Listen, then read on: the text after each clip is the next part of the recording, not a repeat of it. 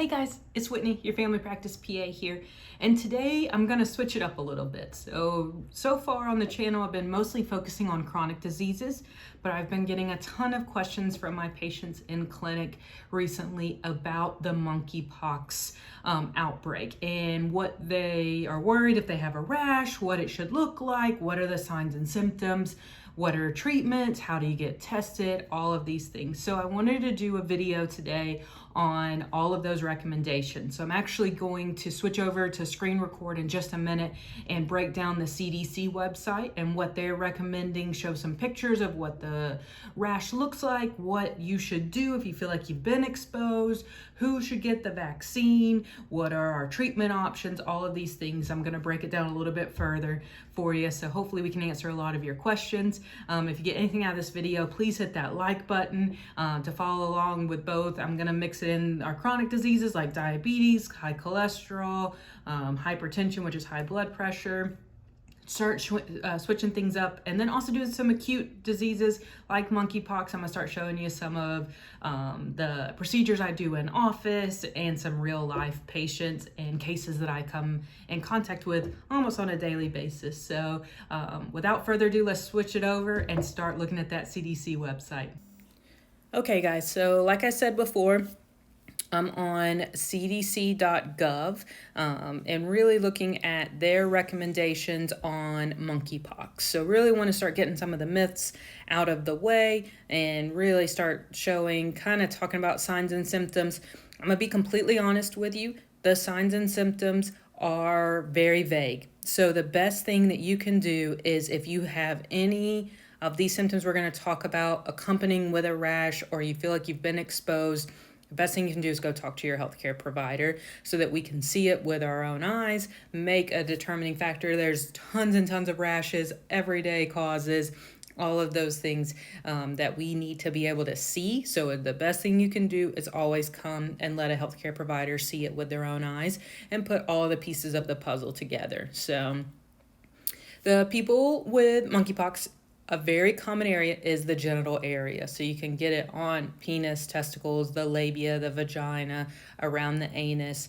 But you can get it a lot on hands, feet, chest, face, mouth. So like I said, very vague. It can be almost anywhere. So the rash is going to go through a lot of different stages. So it's always, not every monkeypox rash is going to look the same. So the one thing is that it really does initially look like pimples or blisters. So with that, it's going to be, that's where we get the name pox from, is it almost looks like a fluid filled area. So after that, it can go into the scabs and healing.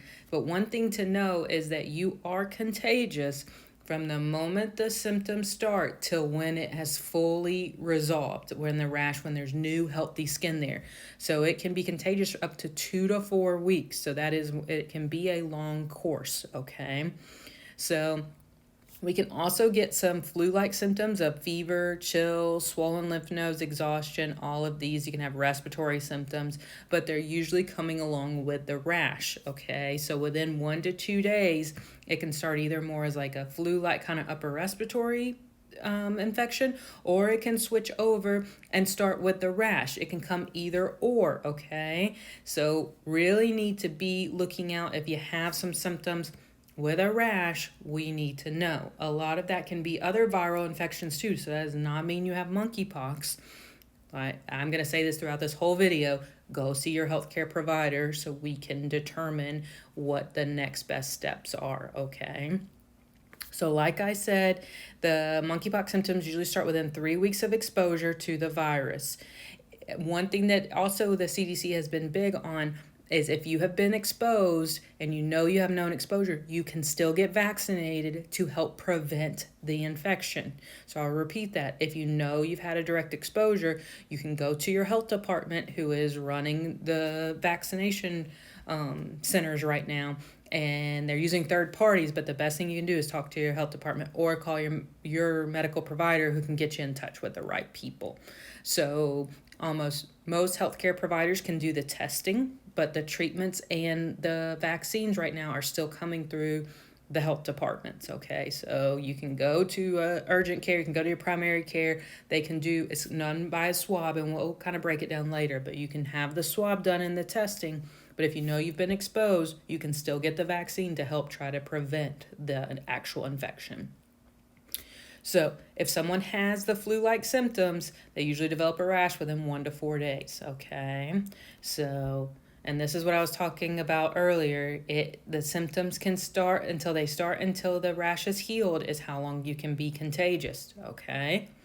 So here is some pictures of the pox. So this one, to me, is one of the best pictures of it. These right here are hard because they're little pimples. But even within this one, you can see that kind of fluid-filled area.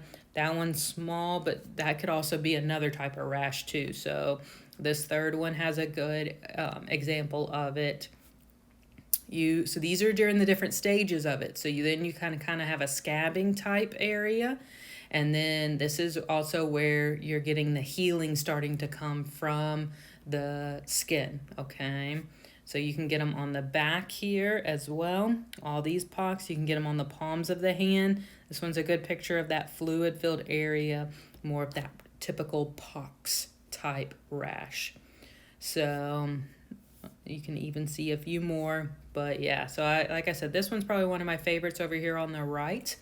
So I'm going to go now to the testing. So with testing, currently is only recommended if you have a rash consistent with monkeypox, okay? So if you think you've had close contact and you start to have a rash, you need to know.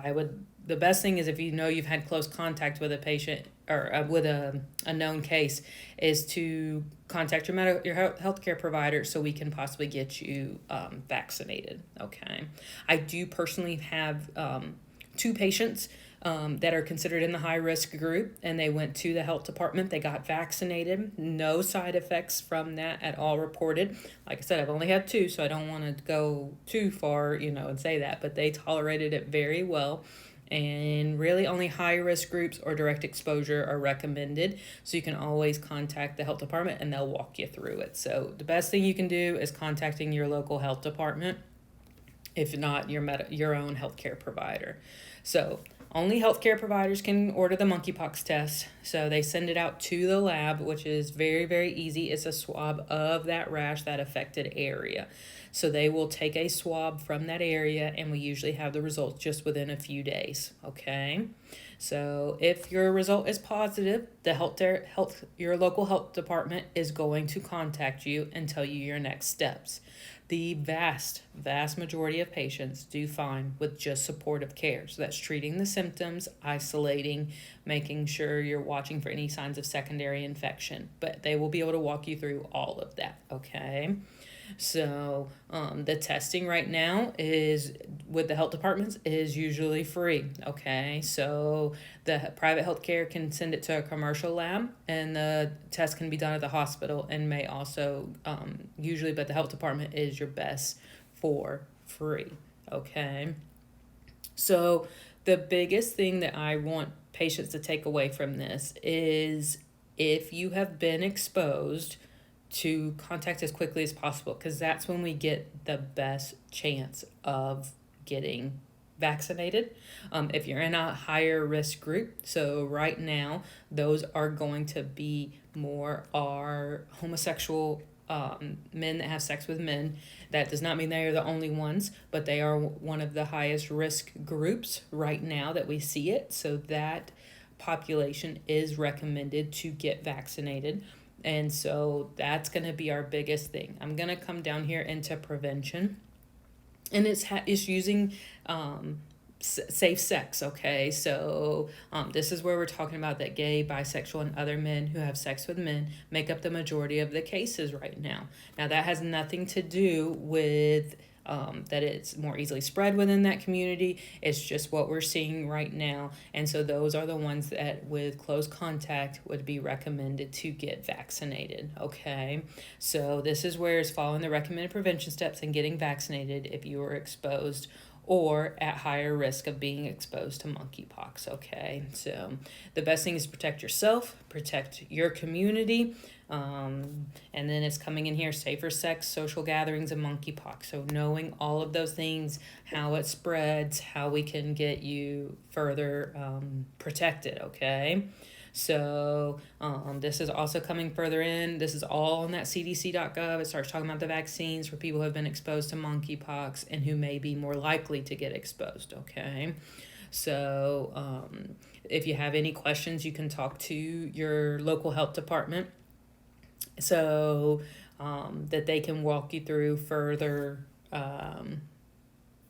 steps for that, okay? So certain laboratory workers and who handle animals with the viruses or the samples need to, this is the name of the preferred vaccine, which is a 2-dose vaccine. It takes 14 days after getting the second dose for its immune protection to reach its maximum, which is similar to almost all vaccines, including the COVID vaccine, the flu vaccine, all of these similar viruses, okay? So this is something very important to keep an eye on. Right now, we are not seeing the outbreaks of it, but it's something we're always keeping a very close eye on. The CDC's keeping a close eye on. And if you have any questions, the theme of this video is ask your healthcare provider or your local health department. Okay guys, so hopefully you got some good information out of that video. I know I went mostly over the basics, but really wanted to show that CDC website because they're updating that constantly. You can always find the latest recommendations on that cdc.gov. I even use it personally on the healthcare provider side of it, but you can see what the healthcare providers are recommended to do, also on the patient side of it as well.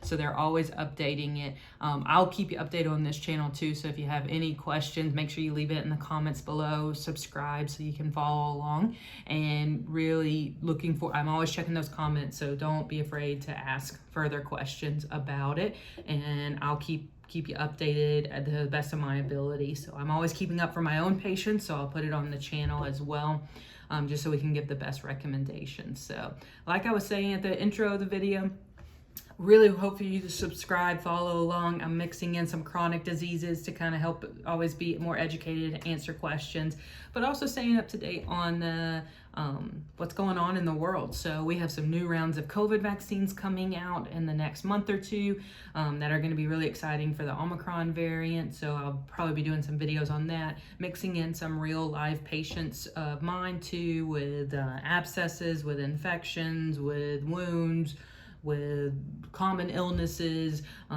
ear infections, throat infections, kind of how I look at it, when you need to see a doctor, when you can just do some supportive care at home. So really going to start branching out the channel, but never leave the chronic disease stuff too. So leave it in the comments, whatever you are more interested in, and I'll check it out and try to mix it into the channel. So I'll see you on the next video.